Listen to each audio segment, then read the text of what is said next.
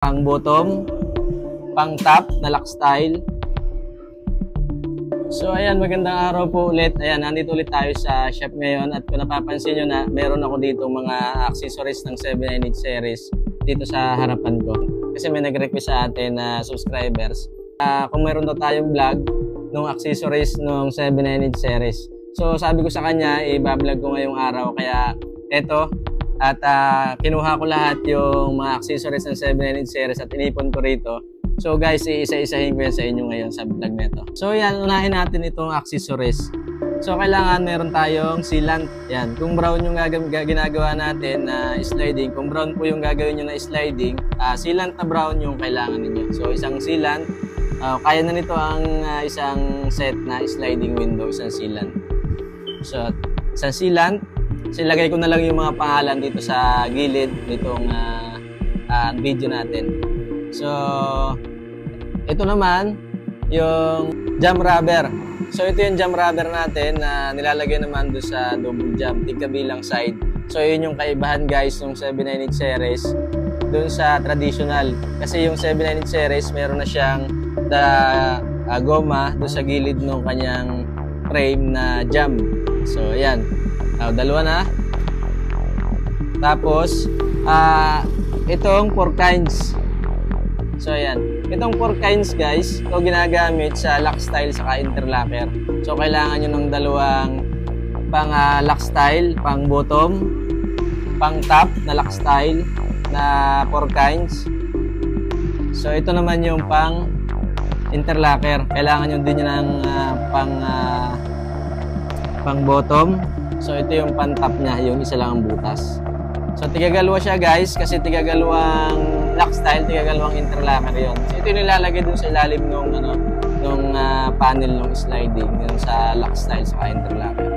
So 4 kinds po ang tawag dito. Isulat ko na lang din dito sa gilid nitong video natin. Kailangan nyo ng 4 na peraso na roller. So ayan, panel roller ang tawag dito. So single lang yung gagamitin nyo kung window lang yung ginagawa nyo ay window lamang. So ayan, single na panel roller. Ayan, 4 na peraso, isang set na yon. Ito na yung magagamit nyo sa isang set ng sliding window. So ito yung center lock naman. Ito yung gagamitin nating lock kasi yung mga karaniwan ngayon sa sliding window, lalo na sa 798 series, sa gitna na yung lock niya. Ayan, center lock. Ito yung kanyang yung kumakapit. So ayan, center lock, small lang yung gagamitin natin, no? So ito pa.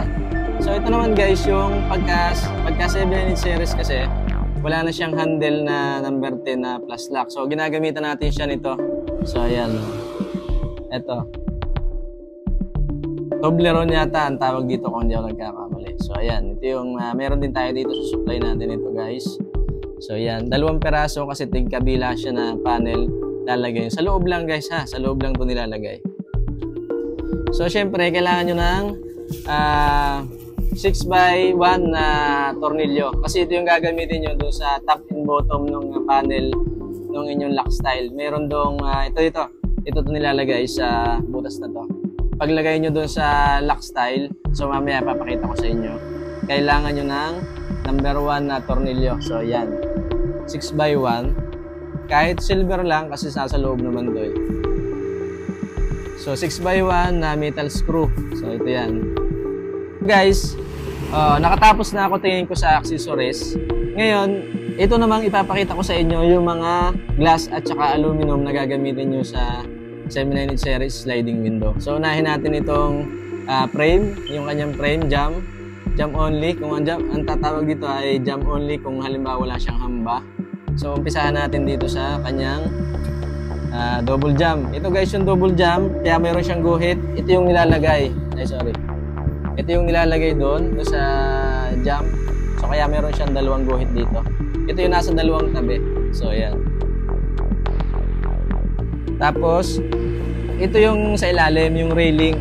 So kailangan yung gamitan ng puncher, o kaya naman kung wala kayong puncher, kahit butasin nyo lang ito ng barinahin nyo lang. Pero sinasalang yun sa puncher ng 798 series. So ito yung double ceiling. Maganda rito sa 798 series guys. Ayan, makapal siya. Hindi gaya ng traditional. Yung traditional, single lang yun. Ito double, may butas sa gitna. So ayan, nakaganyan siya. Makapal. So, ito naman yung double head ng 798 series. So ayan. So, kompleto na, double head. Double seal to guys, yung kanina. Tapos to double jam, yung sa gilid. So ito yung pang frame niya. Pag may papagawa sa inyo na kailangan hindi lagyan ng frame ng hamba, ito lang, kompleto na to. Double jam, double seal, double head. Ayan, kompleto na to. Pang frame to guys ng 798 series sliding window. So guys, doon naman tayo sa panel. So unahin natin itong interlocker. Dalawang peraso ang kailangan yung interlocker. So ayan, dalawang peraso. Interlocker to guys. Yan. Tingnan nyo na lang. So ayan. Dalawang perasong lock style. Ito yung sinasabi ko guys kanina na paglalagyan nyo nito. So ayan. Ito. Ng 4 kinds. Dito yan nilalagay. Ayan. Nakashoot siya dyan. Ayan. Tapos ito, sinasalang din to sa puncher ng 798 series. Kung meron kayo, o pwede naman itong barinahin pa kung papag-aralan nyo kung wala pa kayo sa ngayon ng puncher. So, yun, ito naman yung top-bottom. Yung top-bottom niya guys, pares lang yung top saka bottom. Hindi kagaya nung traditional na magkaiba yung bottom saka yung kanyang top. So, sa 798 series, magkapares lang siya. Pare-pares. Kaya puputol kayo ng 4 na piraso ng top-bottom. Yun na yung pantaas nyo saka sa baba. Top-bottom, ang tawag dito. Yan, ganyan yung itsura niya. Top-bottom. So, ito yung partner nitong lock style at saka interlocker. So, ayan, magkakapartner siya. So, ito naman yung glass, guys. Ang advisable dito, 1/4 glass ang gagamitin natin. Yan. Sa 798 series. Huwag yung 316 kasi manipis masyado yun. 1/4. Depende sa inyo kung reflective o brown ang gagamitin ninyo. So, ayan. Glass. So, ito pa. Kung halimbawa naman ay may screen yung inyong gagawin, meron din akong materialis dito guys ng pang-screen. Kaya kung ito napapansin nyo, hindi ko pa siya nababanggit. Ito yung pang-screen natin. Kasi minsan pag may nagpagawa sa inyo with screen, so pakita ko na rin sa inyo yung materialis, accessories ng screen. Ito guys yun. Kailangan nyo ng 4 na peraso, 2 sa gilid, saka 2 sa ilalim at ibabaw. Tig-isa sa ilalim at ibabaw. So 4 na peraso, naka 45 degree kailangan niya.